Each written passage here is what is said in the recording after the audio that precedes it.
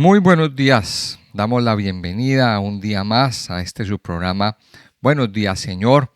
Este tiempo que apartamos para meditar en la palabra de Dios y recibir de parte de nuestro Padre eterno sabiduría, palabras que nos traen sanidad, paz interior y que nos ayudan a conocer el propósito de nuestras vidas. Recuerde que la misma palabra nos dice que lámpara es a nuestros pies la palabra del Eterno y lumbrera a nuestro camino.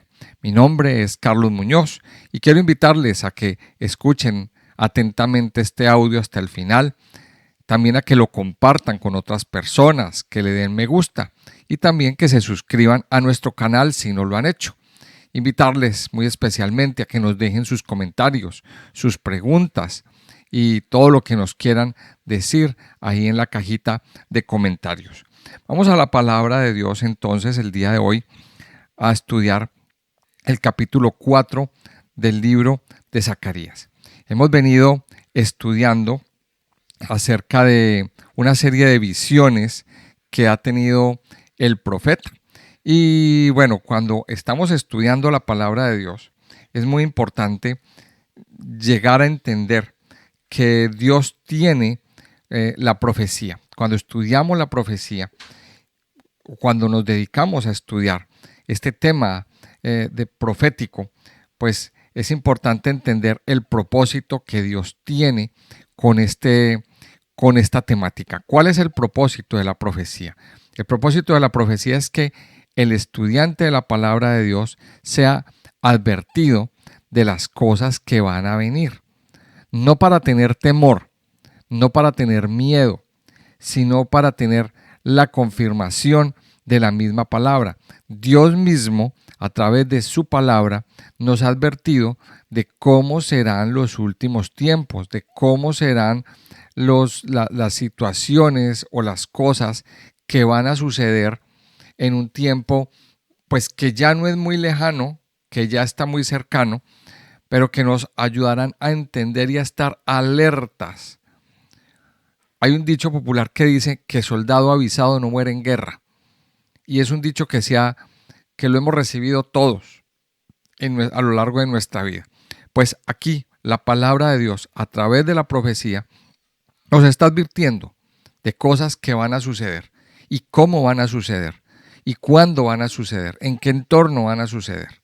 Entonces, estemos atentos. El que está estudiando la Biblia, los que están estudiando con nosotros, pues yo les invito a que miren atentamente, a que estudien, a que continuemos estudiando y a que le prestemos atención a todos los datos que el Señor nos está hablando a través de toda esta profecía.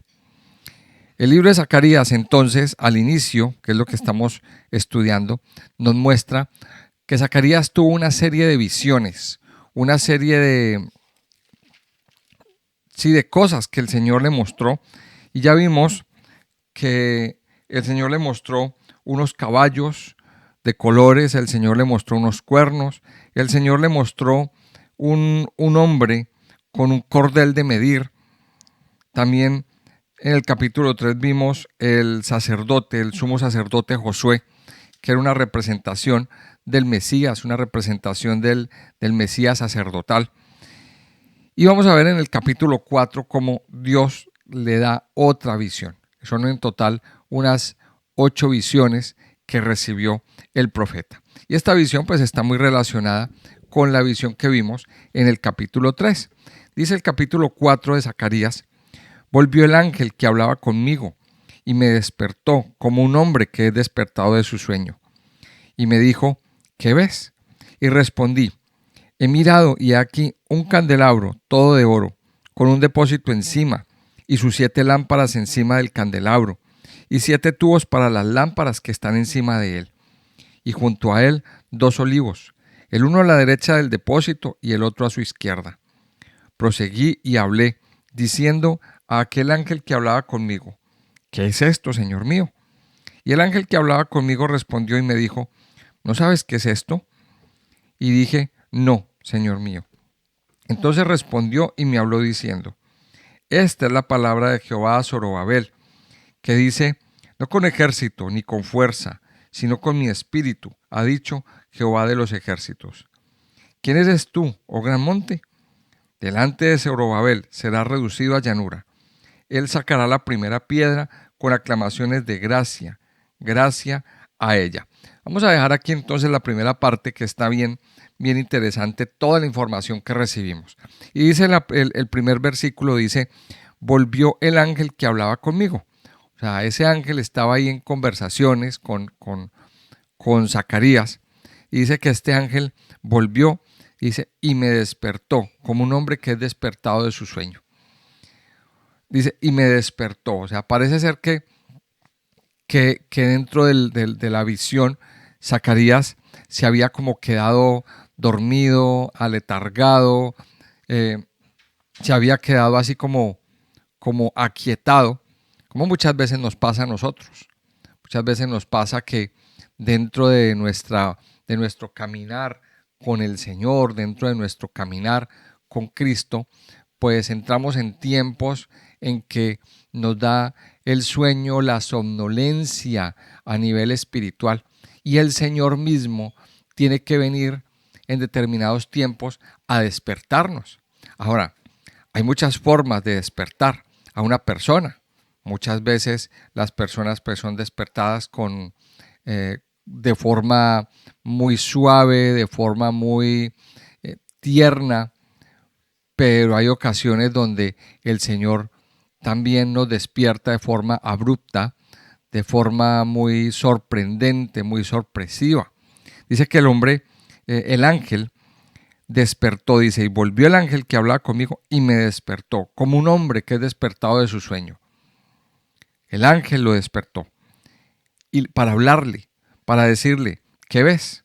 Y respondí, he mirado y he visto, he aquí un candelabro todo de oro. Ese candelabro que estaba viendo Zacarías, que Dios lo despertó, o sea, Dios despertó a Zacarías para que abriera sus ojos, para que pudiera ver las cosas que Dios tenía destinadas para que él viera. Él vio un candelabro. El candelabro es la menorá. Ese candelabro de 7 brazos que Dios mandó a construir por medio de Moisés para tener en el tabernáculo, y que más adelante pues también se puso en el templo.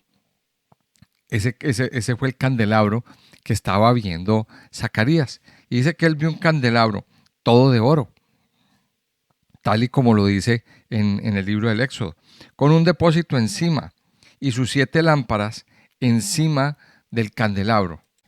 Y lo describe aquí con un depósito encima, las 7 lámparas encima del candelabro como tal, y 7 tubos que salían desde el depósito y se conectaban con las lámparas que estaban encima de él.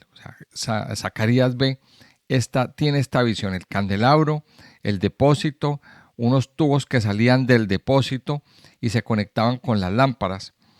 Y junto a él, dice el versículo 3, habían 2 olivos, 2 árboles de olivo, el uno a la derecha y el otro a su izquierda. Y entonces Zacarías se pregunta, ¿qué es esto? ¿Qué es esto? ¿Qué significa esta visión? Y es la pregunta que él le hace: ¿qué es esto, Señor mío? Y el ángel que hablaba conmigo le responde y le dice: ¿no sabes qué es esto? Y dije: no, Señor mío. Entonces vamos a mirar aquí en esta primerísima parte lo que el Señor nos dice. Primero, Zacarías ve un candelabro de oro. ¿Qué representa el candelabro? El candelabro representa la luz. Ahora, recordemos esto, también el candelabro era utilizado para iluminar el lugar santo, para iluminar en medio de la oscuridad. Y dice que ese candelabro tenía 7 lámparas, 7 luminarias. Y eso es otra información que también es importante entenderla, que más adelante la comprendemos cuando estudiamos el libro del Apocalipsis. Las 7 lámparas representan a Dios, el número indivisible, el número perfecto. El 7 representa a Dios, el 7 representa a la divinidad. Eso representa. Entonces, ese candelabro nos habla de la luz del Señor, de la luz de Dios. Ahora, el candelabro también es símbolo de Israel mismo. Recuerde que se ha convertido en el símbolo del pueblo de Israel, el que está en el escudo del pueblo de Israel. O sea que aquí estamos hablando de luz. Para que ese candelabro funcione, necesita aceite, necesita un combustible que venía directamente de dos olivos que estaban el uno al lado del otro. O sea, ese combustible no era procesado por manos de hombres, según lo que nos dice la visión. Ese combustible no pasaba por un proceso de purificación, de machacar las aceitunas, de pasar por un molino, de una mecánica. No. Ahora, esto que les estoy diciendo, pues es el proceso normal que se usa para sacar aceite de oliva. Las olivas o las aceitunas se prensan, se meten en un dispositivo que las prensa, las machaca, y a partir de ahí se exprime el aceite de oliva virgen extra. A partir de ahí se exprime ese zumo de la oliva, y ese aceite, que es el más puro, era el que se utilizaba para encender las lámparas de la menorá. Pero en este caso lo que está viendo Zacarías no es un aceite que se somete a un proceso, sino que sale directamente de esos dos olivos. Y aquí vemos en esta primera parte una gran lección, y es ¿quién enciende la lámpara de nuestras vidas? ¿Quién es el que enciende esa lámpara? Esa lámpara viene encendida por Dios mismo, por Dios el Padre, por el Hijo. Y el aceite es representación del Espíritu Santo también. Entonces miremos que Dios mismo enciende la lámpara. Mire lo que está viendo el profeta. Ahora el profeta le pregunta al Señor, ¿qué es esto? Le pregunta al ángel, ¿qué es esto? Y el ángel le responde y le dije, ¿tú no sabes qué es esto? Y Zacarías, pues de una forma muy sincera, le dice, no lo sé, no sé qué es. Y eso también nos deja a nosotros una lección. Mire, muchas veces nosotros creemos que no las sabemos todas. Muchas veces nosotros pensamos que no sabemos todas las cosas, y no es así. Y esto se llama la revelación de parte de Dios. Dios revela a quien quiere. Dios revela como Él quiere a nuestras vidas. Hay cosas que Dios no revela, o Dios revela en su momento. ¿O se ha preguntado usted alguna vez, después de conocer tanto al Señor y después de haber vivido cualquier cantidad de experiencias, ¿por qué no conocimos nosotros esto antes? ¿Se ha preguntado usted? Yo me lo he preguntado muchas veces. ¿Por qué yo no conocí esta palabra antes? Hace 10 años, hace 15, hace 20. Si yo hubiera conocido esta palabra hace tantos años, pues seguramente mi vida hubiera cambiado. Pero Dios escogió un momento específico para conocerla. Porque quizás si usted lo hubiera conocido antes, a lo mejor no lo hubiera valorado. A lo mejor no lo hubiera entendido. Pero Dios sabe en qué momento estamos capacitados para conocer y para recibir esa revelación de parte de Dios. Aquí Zacarías está recibiendo una revelación.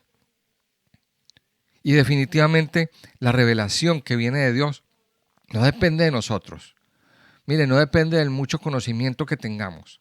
No depende de estar años y años en una escuela, en una academia de teología, o de estudiar muchos libros, muchos tratados, muchos comentarios yo qué sé, de muchas personas.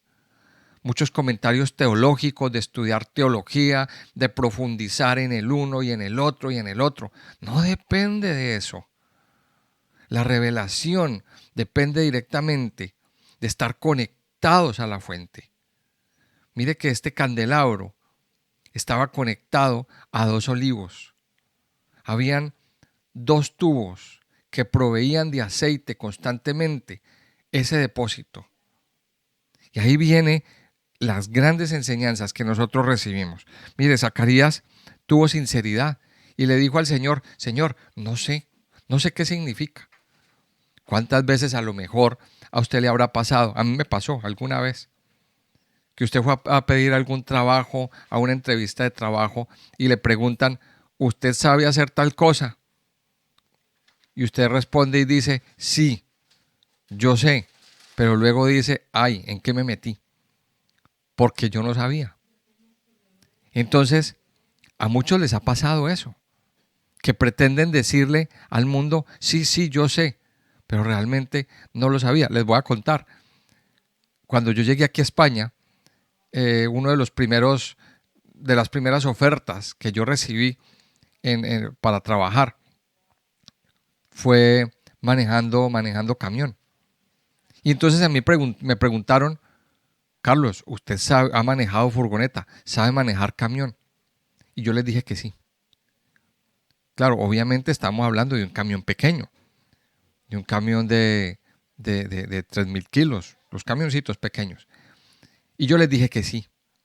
Y resulta pues que yo no tenía experiencia en manejo de camión. Entonces, claro, luego viene el tema de que me lo sueltan, el camión, y yo pues no tenía mucha experiencia. Pues ahí la verdad es que no duré mucho. No duré muchos días en ese trabajo. Pero ahí aprendí que hay que ser sincero, y aunque no se sepa las cosas, pues es mejor decir: no sé, porque es por seguridad. Luego sigue diciendo que el ángel siguió hablando con él.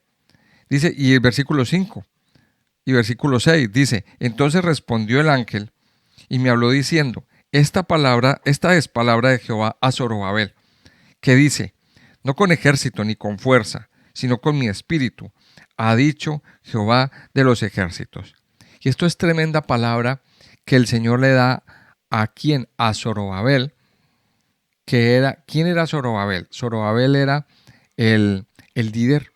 Zorobabel era el gobernador de Judá. Recuerde que en este entorno de Zacarías, el contexto histórico, estamos hablando de que ellos volvieron de Babilonia en la primera oleada, el primer grupo de personas que vinieron de Babilonia, vinieron bajo el mando de Zorobabel como gobernador de Judá, y el mandato espiritual, como representante espiritual, de Josué como sumo sacerdote. O sea, ellos dos estaban ahí encargados. Uno encargado de la autoridad civil y el otro encargado de la autoridad espiritual.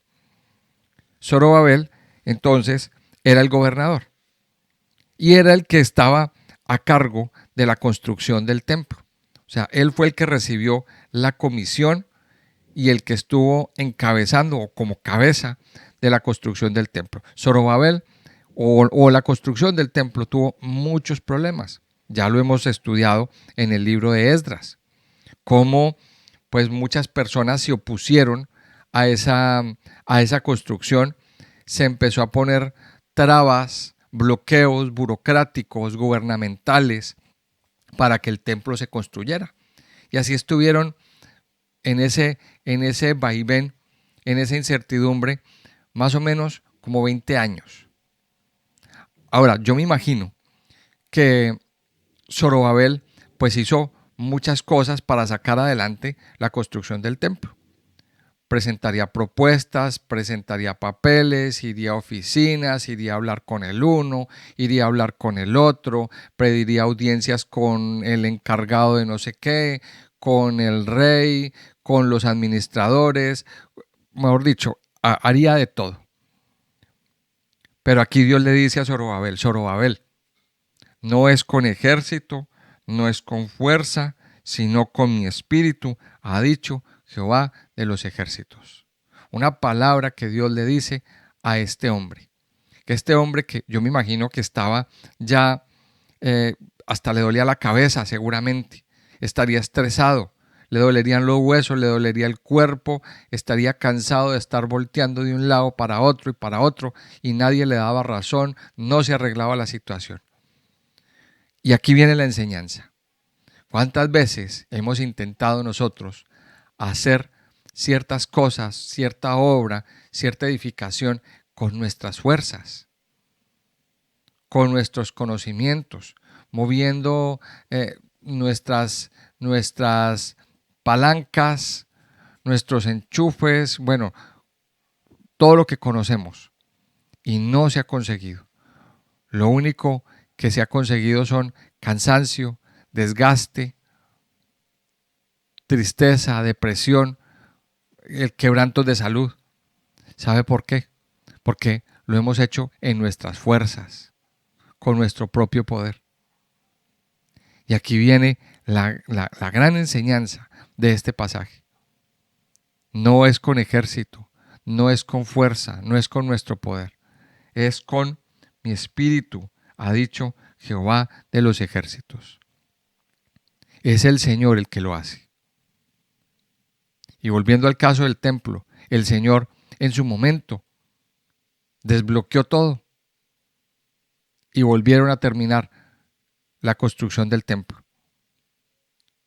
Hubo un tiempo de espera donde Dios probó el corazón de cada uno. Pero aquí viene la palabra para cada uno de nosotros. Las cosas no van a cambiar por nuestra fuerza, por nuestros conocimientos o por mucho que nosotros hagamos. Y esto se aplica para muchas cosas. A veces somos atrevidos en querer echarle una manito a Dios, en creer que por lo mucho que hagamos, las cosas cambiarán. Que cambiará, digamos, el estado de ese hijo que no quiere caminar con Dios, o una situación que estamos viendo que cada día se degrada más en casa. A lo mejor hay madres que están luchando con hijos que no quieren caminar, que no quieren entender que están mal, que necesitan de Dios.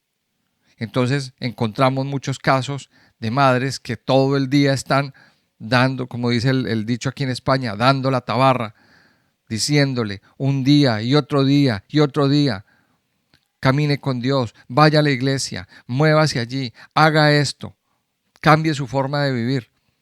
Hay muchas madres que, preocupadas por sus hijos, mantienen así. Y mire, aquí el Señor está dando una respuesta. No es con ejército ni con fuerza, sino con mi espíritu, dice el Señor. Igual, hay parejas o matrimonios que luchan para que cosas cambien en sus vidas o en el matrimonio. Mujeres que están peleando todo el día con sus esposos para que ese esposo cambie, o viceversa también. Y así podríamos enumerar muchísimos ejemplos de que tratamos de hacer las cosas en nuestras fuerzas. Y no es así. Es el Espíritu el que lo hace en su momento. Es el Espíritu el que en su momento despierta al que tiene que despertar. Recuerde que esta historia de Zacarías, este libro de Zacarías, lo estamos leyendo de la mano de Ageo también. Y en Ageo encontramos que el Espíritu despertó al espíritu de Zorobabel, que fue despertado el espíritu de Zorobabel y el espíritu de Josué y el espíritu de todo el pueblo. ¿Quién despertó ese espíritu de Zorobabel? ¿Quién lo hizo? Fue el Señor. Ahí en el versículo, en Ageo capítulo 1, verso 14, usted puede volver a leerlo. Y despertó Jehová el espíritu de Zorobabel, el espíritu de Josué, hijo de Josadac, y el espíritu de todo el resto del pueblo, y vinieron y trabajaron en la casa de Jehová de los ejércitos. Y para más detalles puede ir a Esdras, que ahí encontramos cómo, a pesar de las amenazas, a pesar de los enfurecidos que estaban todos los opositores, Dios abrió puertas. Dios abrió puertas con el rey, abrió puertas, les abrió la puerta de la oficina donde estaban el archivo ese archivo que estaba perdido del decreto de Ciro. Dios abrió las puertas. Fue Dios mismo el que lo hizo. Recordemos siempre esta palabra.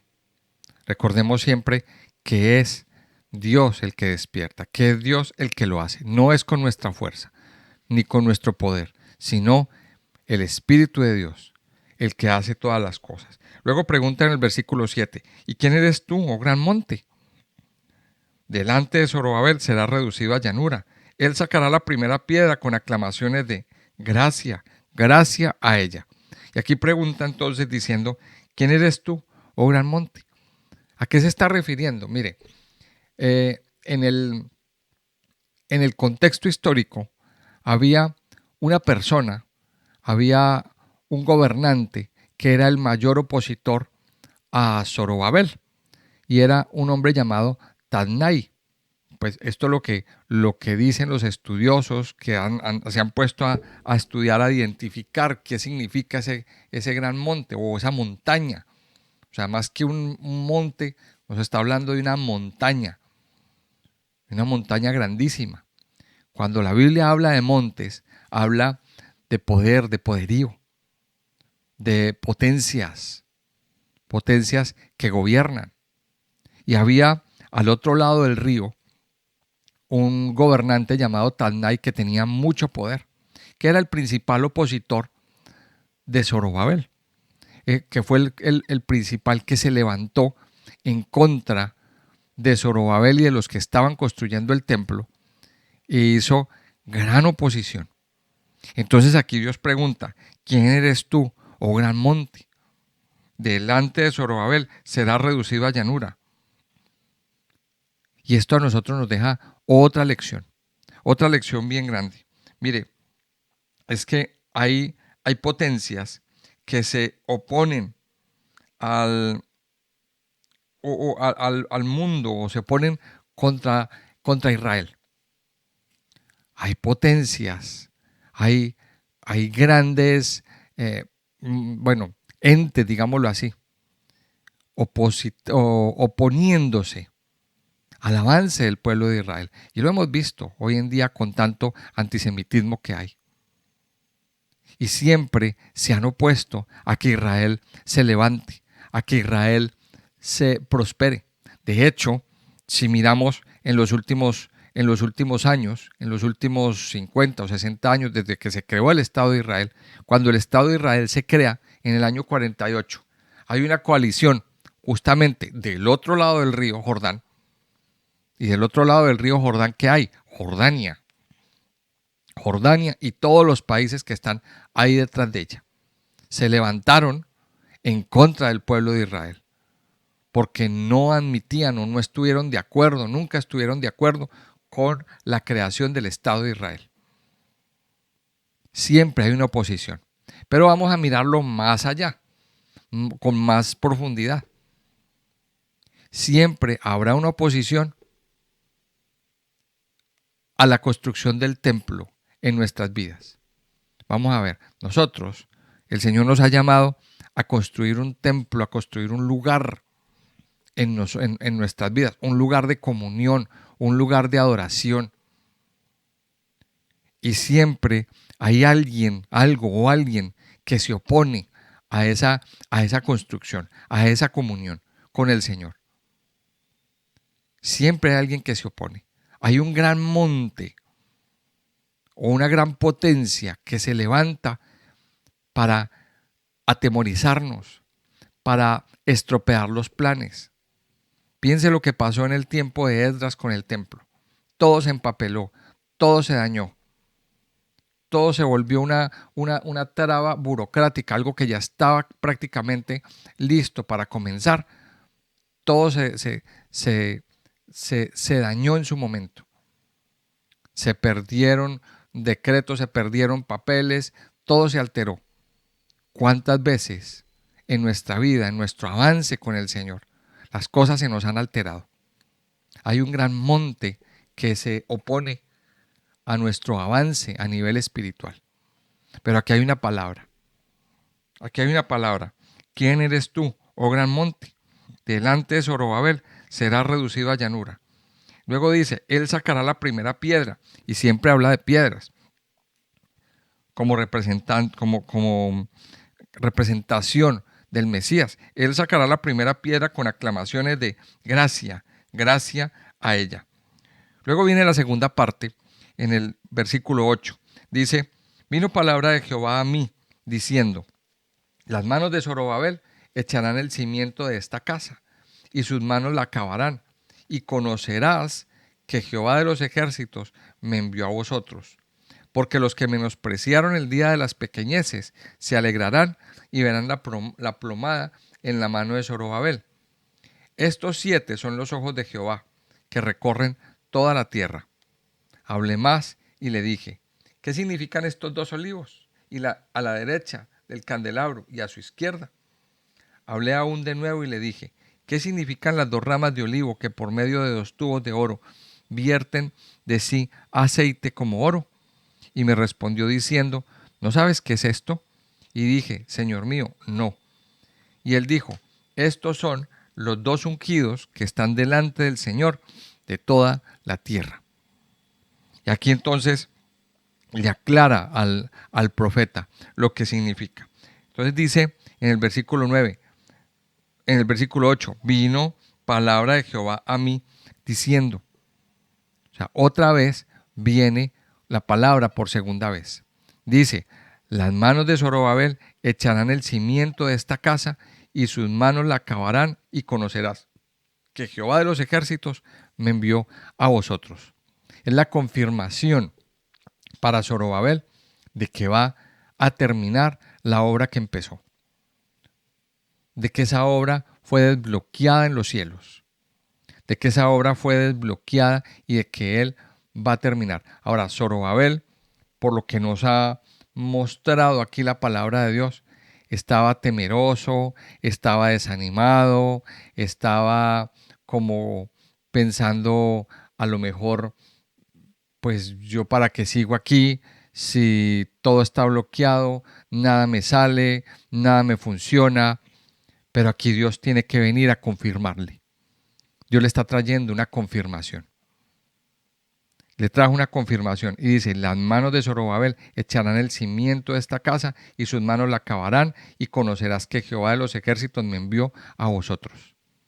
¿Cuántas veces a lo mejor usted se ha sentido desanimado por muchas cosas, por muchas razones? A lo mejor piensa, nada me sale, no, nada me surge, no veo frutos por ningún lado, todo es una oposición, por donde me meto o lo que emprendo no me funciona, todo se me bloquea. A lo mejor usted ha tenido esa pregunta, ha tenido esa inquietud. Y aquí viene la respuesta. El Señor trae esa respuesta a su vida. Pero ¿cuándo? Cuando nuestra vida se despierta. Recuerde esto. La vida de Zorobabel fue despertada por el Señor cuando escuchó la palabra. Y esto es importantísimo entenderlo otra vez desde Ageo. Ageo habló, Ageo el profeta habló, y ahí dice que vino palabra de Ageo y de Zacarías. Es importante entenderlo porque no fue solamente Ageo el que habló, habló Ageo y habló Zacarías. Y despertó el espíritu y despertó el Señor, el espíritu de Zorobabel. Y Zacarías y Zorobabel entendió esta palabra. Entendió esta palabra. Entendió y que Dios le confirmó que sus manos iban a echar el cimiento de esta casa, que sus manos la iban a terminar. Y dice, y conocerás que Jehová de los ejércitos me envió a vosotros. Dice en el versículo 10, porque los que menospreciaron el día de las pequeñeces se alegrarán y verán la plomada en la mano de Zorobabel. ¿Qué significa esto? Mire, cuando se estaba echando el primer cimiento del templo, antes de que surgiera todo el bloqueo y todo esto, habían personas que ya habían visto el templo la primera vez, el primer templo. Ya eran muy ancianos, ya eran abuelos, porque habían pasado 70 años después del 70 años o más. O sea, ya eran personas que tenían mucha edad. Entonces ahí habían dos tipos de personas cuando se echaron los cimientos. Los que conocieron el templo primero y los que no lo conocían, que eran más jóvenes. Entonces, los que no lo conocían pues estaban felices de ver que se construía un templo, pero los que sí lo conocieron tenían tristeza. ¿Por qué? Porque vieron que era un templo muy sencillo, vieron que era un templo, no era muy austero, no era tan lujoso como el primero, no tenía tanto adorno, tanta decoración, tanto oro, tantas cosas. Era un templo muy sencillo. Entonces lloraban también de ver la sencillez, de ver la cosa tan simple que se estaba construyendo. A lo mejor en su corazón pensaron que lo iban a devolver como estaba antes. Y no fue así. Entonces, ¿qué dice? ¿Cuál es la lección aquí? Mire, no despreciar los comienzos pequeños o los comienzos sencillos. Ahí viene una de las grandes lecciones que usted y yo tenemos que aprender. No menospreciar las pequeñeces. Dios siempre comienza por algo pequeño. Y entonces aquí viene el ejemplo del profeta Elías. Dios le manda a Elías a que se suba a una montaña a clamar por lluvia y no había nada. Pero ¿qué vio? Primero vio una nube pequeñita de la palma de la mano. Y Elías empezó a creer. El Señor va a hacer algo. Y luego esa nube se fue haciendo grande y más grande y más grande y más grande hasta que se hizo toda una tempestad. No menosprecie las cosas pequeñas. No menospreciemos las cosas pequeñas, las cosas sencillas. Dios utiliza las cosas sencillas para traer grandes lecciones y para traer gran información. Y aquí podríamos nosotros hablar de muchas cosas. Recuerde los primeros apóstoles que hicieron parte de la iglesia, de la primera iglesia. El Señor a quien escogió para predicar, para hacer todo el proyecto del evangelio y el proyecto de la iglesia. A unos pescadores que poco o nada sabían, escasamente leer y escribir. No tenían estudio, no tenían conocimientos teológicos, no habían ido a universidades, no habían ido a grandes escuelas rabínicas. Eran hombres, como lo dice la Biblia, del vulgo. Eran hombres muy sencillos, pero a esos hombres sencillos, que fueron quizá menospreciados por muchos, Dios los utilizó y los utilizó grandemente para hacer milagros, para mostrar el poder de Dios a muchas otras personas. No menospreciar las cosas sencillas. Ahora termina diciendo el pasaje, porque Zacarías pregunta qué significan los dos olivos. O sea, él sigue con la pregunta en su corazón. ¿Qué significan esos dos olivos? Uno que hay a la derecha y otro a la izquierda. ¿Y qué significan las dos ramas de olivo que por medio de dos tubos de oro vierten de sí aceite como oro? Y una vez más le pregunta el ángel, le dice, ¿tú no sabes esto? Y él dice, no, yo no sé. Estos dos, dice el versículo 14, estos son los dos ungidos que están delante del Señor de toda la tierra. Dos ungidos. Y el número 2 tiene un significado grande en la palabra de Dios. ¿Qué significa el número 2 en el entorno bíblico? Bueno, el número 2 en el Antiguo Testamento nos habla de unidad. Nos habla de unidad. Y aquí vemos dos ejemplos. En Amós 3:3 nos dice, andarán dos juntos si no estuvieran de acuerdo. O sea, dos personas pueden andar juntas en acuerdo. En Génesis 2:24 también nos dice que Dios creó al hombre y a la mujer y serán una sola carne. El hombre se unirá a su mujer y serán una sola carne, un solo pensamiento, un solo espíritu, un solo cuerpo con ella. Eso es lo que dice. Entonces, el número 2 nos habla de unidad, de estar de acuerdo. Dios exigía a 2 o 3 testigos para juzgar una causa. Y cuando esos 2 o 3 testigos estaban de acuerdo, o sea, hacía falta como mínimo 2 testigos para un juicio. Que 2 personas estuvieran de acuerdo en decir, yo vi a tal persona hacer esto, o yo escuché que tal persona dijo esto. Entonces, con esos 2 testigos ya era suficiente para que los jueces dieran un veredicto. Entonces, el número 2 significa estar de acuerdo. Estar de acuerdo, o sea, nos habla de la unidad. Y Dios aquí tiene 2 testigos, 2 ungidos. 2 ungidos. ¿Cuáles son esos 2 ungidos a los que se estaba refiriendo en este caso específicamente en el libro de Zacarías? Pues hay 2 ungidos, Zorobabel y el sumo sacerdote, Josué. Esas dos personas eran ungidas, escogidas por Dios. Recuerde que Zorobabel era descendiente de David. Él era descendiente de David, él era del linaje real de David. O sea, él era el gobernante heredero. Él era el heredero al trono. Él era el ungido por parte de Dios para gobernar. Pero también encontramos que el sumo sacerdote, él era el ungido de parte de Dios para llevar el sacerdocio. Ahora, esto nos habla también de algo que va a pasar más adelante. En el Apocalipsis, en el libro del Apocalipsis nos encontramos que Dios envía o que Dios enviará a la tierra 2 testigos. 2 testigos, 2 ungidos, que van a ser clave para ayudarnos a entender la venida del Mesías y el desarrollo de los últimos eventos, de los últimos tiempos. Todo concuerda. Esos 2 ungidos también tiene que ver con las 2. A ver, vamos a tratar de entenderlo aquí. Las 2 caras del Señor Jesucristo. Recuerde que hay un Mesías rey y hay un Mesías sacerdote.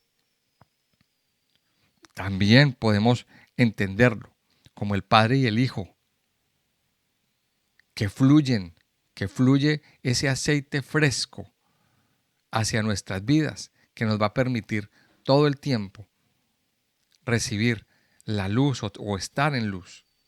Recuerde que para estar iluminados necesitamos un combustible, el aceite fresco de la unción, el aceite fresco que que nos permite iluminar nuestras vidas, que viene de lo alto.